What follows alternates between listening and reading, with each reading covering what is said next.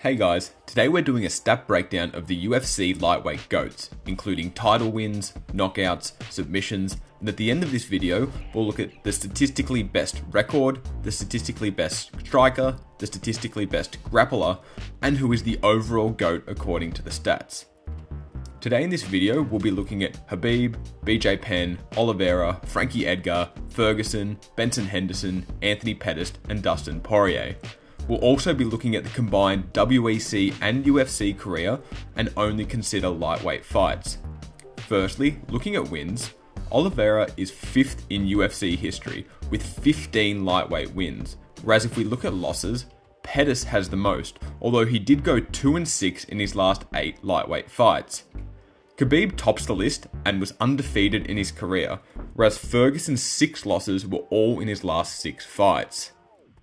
Benson Henderson has the most title fight wins, 2 in the WEC and 4 in the UFC, whereas Khabib defended his title 3 consecutive times. Of those on this list, Ferguson and Poirier never became undisputed champ. BJ Penn has the most title losses in this list, with 2 losses against Frankie Edgar and 1 against Jens Pulver, whereas Khabib never lost a title fight, going 4-0. Both Tony and Khabib shared a 12-fight win streak, whereas Charles Oliveira is close behind with an 11-fight win streak in the lightweight division with 10 finishes. Khabib doesn't have a win-loss ratio since he never lost, whereas Oliveira has the greatest lightweight win-loss record. Looking at opponent win-loss ratios, Poirier has the highest, fighting the best fighters in the division, whereas although Khabib's isn't super high, he never lost and did beat 2 former champs. Onto striking stats, Dustin Poirier has double the knockouts of everyone on this list excluding BJ Penn. And if we look at knockout rates, Poirier lands a knockout in almost 50% of lightweight fights, whereas Benson Henderson only landed a knockout in 5% of his fights. Looking at knockout losses, Khabib, Edgar, and BJ Penn never got knocked out at lightweight, whereas everyone else on this list has a max of 2 knockout losses. Despite being one of the greats, Pettis on average lost the striking differential, whereas Khabib is on top due to his dominant top position strikes. Poirier has the highest strike output, which may explain his high knockout rate, whereas BJ Penn throws nearly half the output of Poirier and drops guys with big shots. Charles Oliveira is amongst the most accurate strikers of the lightweight greats, whereas Edgar has very poor striking accuracy and relied on wrestling. Although Edgar's wrestling did allow him to have elite striking defense, it's also notable that the 2 most accurate strikers also have the lowest defense. Now, onto grappling stats, Charles Oliveira is the lightweight submission king, with the most in lightweight history, whereas Tony and Pettis are both 5th in lightweight history. Looking at submission rate, Charles is still on top, although Khabib does have a comparable submission rate, although he did have less fights. Frankie Edgar and Khabib have 0 submission losses, and both guys were never finished at lightweight. We can see all other fighters on this list were only submitted once or twice, and thus elite fighters rarely get submitted. BJ Penn leads takedown accuracy, with the highest in lightweight history, whereas Khabib has insane accuracy for a guy who attempted more than 5 takedowns every 15 minutes. Khabib has exceptional takedown defense, and was only taken down twice in his career, whereas BJ Penn has the 9th highest takedown defense in UFC history. Oliveira, on the other hand, has super low takedown defense, although he can land submissions from his back.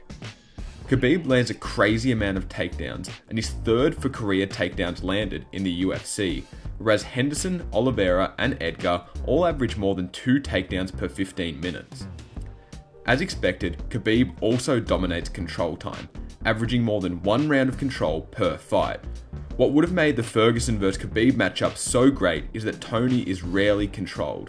Now, time to look at the fighters with the statistically best records. The way I did this was for each of the stats on the screen, I gave the best fighter 8 points, the second best fighter 7 points, the third best fighter 6 points, and so on, then added up all their scores and ranked them. In 3rd place is Charles Oliveira, who is 2nd in win-loss ratio, 3rd in win streak, 6th in title fight wins, and 2nd in wins. In 2nd place is Benson Henderson, who is 3rd in win-loss ratio, 5th in win streak, 1st in title fight wins, and 2nd in wins. And in 1st place is Khabib Nurmagomedov, who is 1st in win-loss, 1st in win streak, 2nd in title fight wins, and 5th in overall wins. Looking at the statistically best striker, in 3rd place is BJ Penn, who is 2nd in knockouts, 4th in strike differential, 3rd in strike accuracy, 2nd in strike defense, and 8th in strikes landed per minute. In 2nd place, surprisingly, is Khabib Nurmagomedov, who is 7th in knockouts, 1st in strike differential, 4th in strike accuracy, 3rd in strike defense, and 3rd in strikes landed per minute. And the statistically best striker is Dustin Poirier, who is 1st in knockouts, 5th in strike differential, 2nd in strike accuracy, 8th in strike defense, and 1st in strikes landed per minute. Lastly, looking at the statistically best grapplers, in 3rd place we have Benson Henderson, who is 6th in submissions, 2nd in control time, 4th in takedown accuracy, 5th in takedown defense, and 2nd in takedowns landed. In 2nd place we have BJ Penn, who is 4th in submissions and control time, 1st in takedown accuracy, 2nd in takedown defense, and 6th in takedowns landed. And in 1st place is Khabib Nurmagomedov, who is 4th in submissions, 1st in control time, takedown defense, and takedowns landed, and is 3rd in control time. If we added all the scores from the previous slide, we can get the overall stat GOAT. In 3rd place is Benson Henderson. In 2nd place is BJ Penn. And lastly, as expected, we have Khabib Nurmagomedov. That's the end of this video, guys. Let me know if you enjoyed it in the comments and what surprised you about the stats. And as always, like, comment, subscribe, do all those good things, and I'll see you next time.